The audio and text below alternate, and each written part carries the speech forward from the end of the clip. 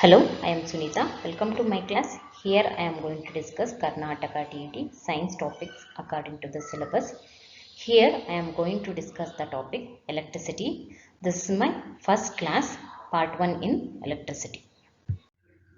Let us discuss in detail the topic electricity.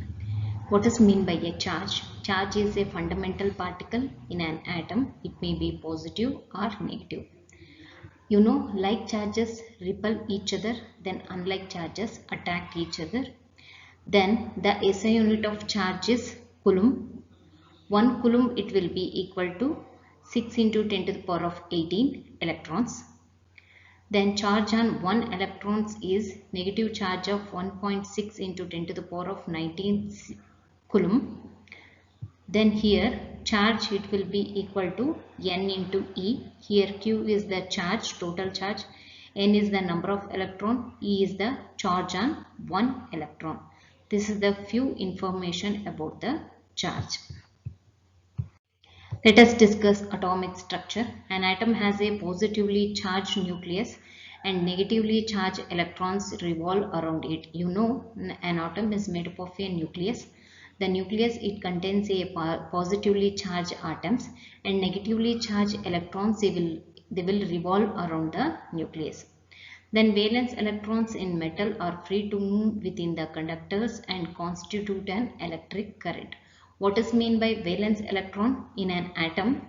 The free electrons or valent electrons they will be present in the valence orbit.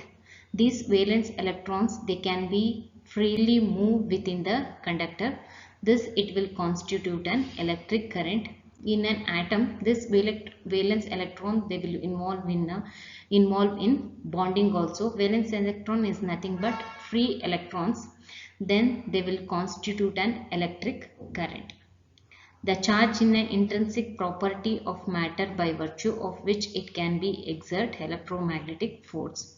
Here, unlike charge, they will be attack each other. Then like charges like positive, positive, they will repel, negative, negative, they will repel each other. Here, one thing you have to remember, how electric current it will produce. Already I told valence electron they will be present in a metal. These valence electron they will be responsible for the generation of electricity in a conductor. Current is nothing but the rate of flow of charge is called as a current. Consider this diagram. This is the battery. This is the bulb. Then this one is ammeter. This one is the key. When you connect the circuit, when you plug on the key, then this battery it will generate the current. Then when this current passes in this direction, the bulb it will blow. Then this ammeter it will measures the amount of current, how much current it passed through the circuit. The ammeter it will measure. Ammeter is the device used to measure the current. Then current is nothing but how much amount of charge it will flow in a particular time. We will call it as a current. Then SI unit of current we will measure in terms of a ampere. This ammeter is used to measure the current. Then this SI unit it will be ampere. Current is measured in ammeter. It is symbol by ammeter. One is positive, another one is negative. Ammeter has low resistance. Ammeter has low resistance. Always connected in series. This is very important when you want to measure the amount of current flow in a particular circuit. Then you have to connect ammeter in series only. Direction of current is taken opposite to the flow of electron. Always direction of current is always opposite to the direction of an electrons. Were not known at the time when the phenomenon of electricity was discovered first. Current was considered to be the flow of positive charge. Current is nothing but flow of positive charge. Then electrons they will be moved opposite to the positive charge. Potential difference. What is meant by potential difference? Potential difference is nothing but work done to move a unit charge from one point to another point. You know the charge, it will be flowing in a circuit, then it will generate a current. Then if 1 unit of charge, if you want to carry from one point to another point, how much work you need, that is nothing but a potential difference.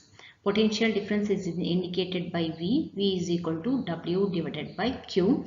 W means work done, Q means unit charge. Then what is meant by 1 volt? When 1 joule of work is done in carrying 1 coulomb charge, then potential difference is called as a 1 volt. If you carry 1 coulomb of charge from one point to another point, you need 1 joule work. Then that differential potential difference, it will be 1 volt. SI unit of potential difference is volt. 1 volt, it will be equal to 1 joule per coulomb. 1 coulomb of charge, if you want to carry from one point to another point, you need 1 joule of work. That potential difference, we will call it as a 1 volt. Yeah. Voltmeter is an instrument to measure the potential difference. You know, when you want to carry a charge from one point to another point, you need work done. Then it will create a potential difference. That potential difference is measured by voltmeter. It has a high resistance on always connected in parallel. Symbol is V voltmeter. One side is positive, another one is negative. Voltmeter is a high resistance.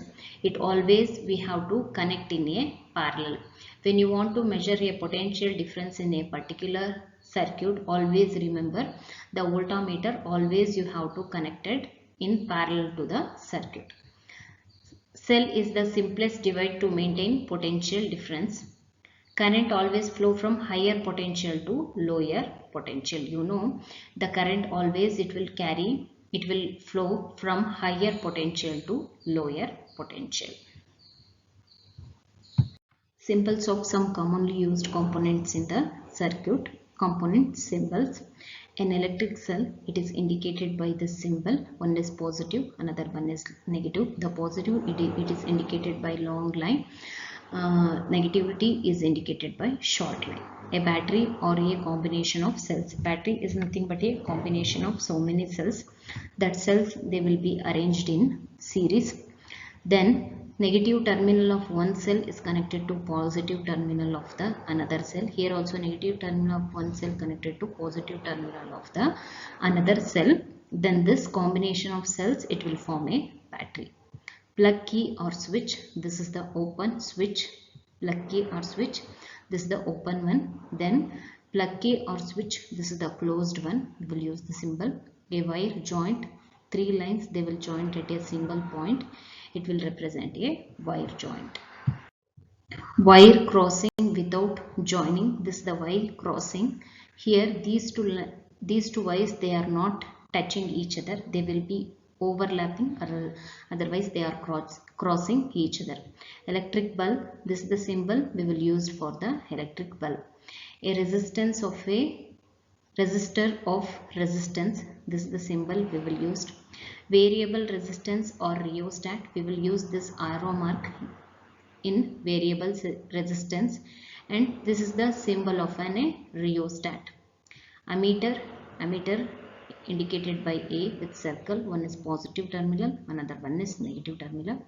Voltmeter, same we will use the symbol V. One is positive terminal, another one is negative terminal. Ohm's law states that potential difference across the 2 points of a metallic conductor.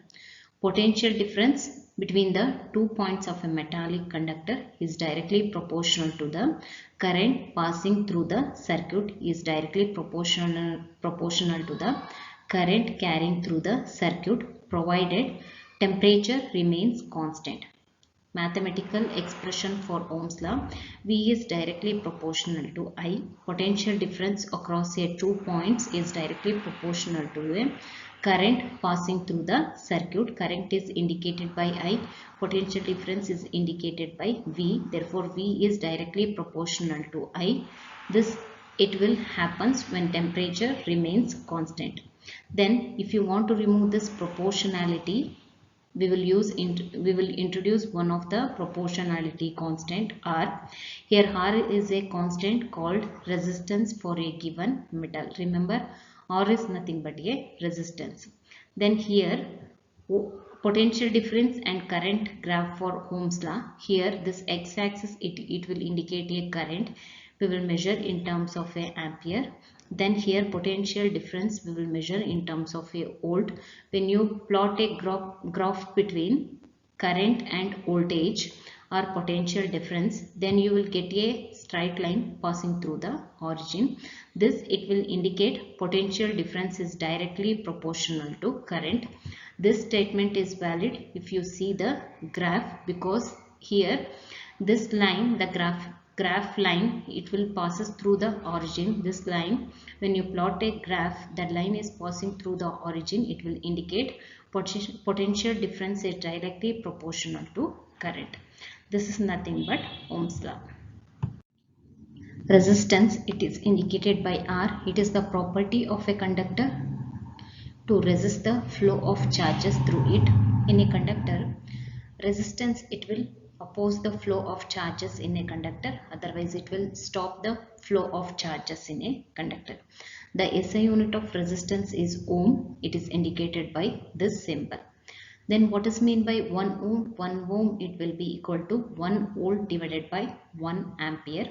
When a potential difference is 1 volt and current through the circuit is 1 ampere, then resistance will be 1 ohm. This is very, very important. This one you have to remember. When you will get 1 ohm, otherwise when you will called as a 1 ohm, when potential difference is 1 volt across a conductor and current through the circuit is 1 ampere, then resistance will be 1 ohm. Then next one, rheostat. Variable resistance is a component used to regulate current without changing the source of a voltage. Rheostat, keep in mind, in rheostat you will vary the resistance used to regulate the current. If you vary the resistance, automatically the current it will be vary.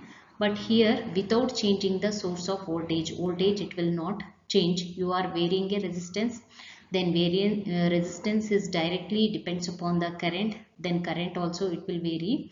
But without changing the source of voltage, it will be remain constant. Keep in mind, rheostat is nothing but we will use to vary the resistance. When the resistance it will vary, then automatically the current it will be vary without changing the voltage. Voltage will be constant. Factors affecting the resistance of a conductor depends. This is the resistance formula. Here R is the resistance, rho is the resistivity of the conductor, and L is the length of the conductor. Area is the A is the area of cross section of the conductor. If you see the formula only, you are able to decide which are the factors it will affect the resistance of a conductor. Resistance of a uniform metallic conductor, it will be directly proportional to the length of a conductor. According to this formula, R is directly proportional to L. Therefore, if length of the conductor increases, then resistance increases. If length of the conductor decreases, then resistance decreases. The next one, it is resistance is inversely proportional to the area of cross section. Here it will show area of the cross section is inversely proportional to resistance. Therefore, if area of cross section is decreases, then resistance increases. If area of cross section is increases, resistance decreases, vice versa. The next one, third one, directly proportional to the temperature. The resistance of a conductor, it will be directly depends upon the temperature. Then next one, resistance of a conductor, it depends upon the nature of the material. Which of the material we will use, nature of the material also it will play important roles. This one also it will decide the resistance of a conductor. Resistivity P, it is defined as the resistance offered by a cube of a material of side 1 meter when current flows perpendicular to its opposite faces. Resistivity also one of the opposing force, but here the material it will be in the form of a cube, then current flows perpendicular to its opposite faces. Always current it should be perpendicular to its opposite faces, and material it should be in the form of a cube. Then SI unit of resistivity is ohm meter. Resistivity does not change when change in length and area of cross section, but it will be changes with change in temperature. Resistivity of a material, it will be not change. It will not depends upon the length of the material and area of cross section of the material, but resistivity it will be depends upon the change in temperature. As the temperature changes, the resistivity of a material also it will be changes. Then range of resistivity of metals and alloys is 10 to the power of minus 8 to 10 to the power of minus 6 ohm meter. Range of resistivity of insulator is 10 to the power of 12 to 10 to the power of 17 ohm meter. Resistivity of alloy is generally higher than that of its constituent metals. Alloy is nothing but a group of otherwise combination of metals, otherwise the combination of non-metals. Therefore, the resistivity of alloy is generally higher than that of its constituent metals. Then alloy do not oxidize or burn readily at high temperature, so they are commonly used in electrical heating devices. You know, alloy is more stronger than the metal because alloy is a combination of two or more metals, otherwise two or more metals and non-metals. Therefore it will not get alloy, it will not get easily oxidate, it will not get burn even though at very high temperature. So that commonly used, therefore alloys we will commonly used as a electrical heating devices. You have to remember this one. Electrically heating devices normally they will made up of an alloys. Copper and aluminum are used for electrical transmission lines as they have low resistivity. Normally, electrical transmission we will use copper and aluminum because they have low resistivity. Resistivity means it will not oppose the flow of electric charges, means it will oppose but it will make less opposition of electric charges. Therefore resistivity it will be low in the case of copper and aluminum. Therefore copper and aluminum we will used in electrical transmission lines. Thanks for listening my class. Send me your valuable feedback. Thank you.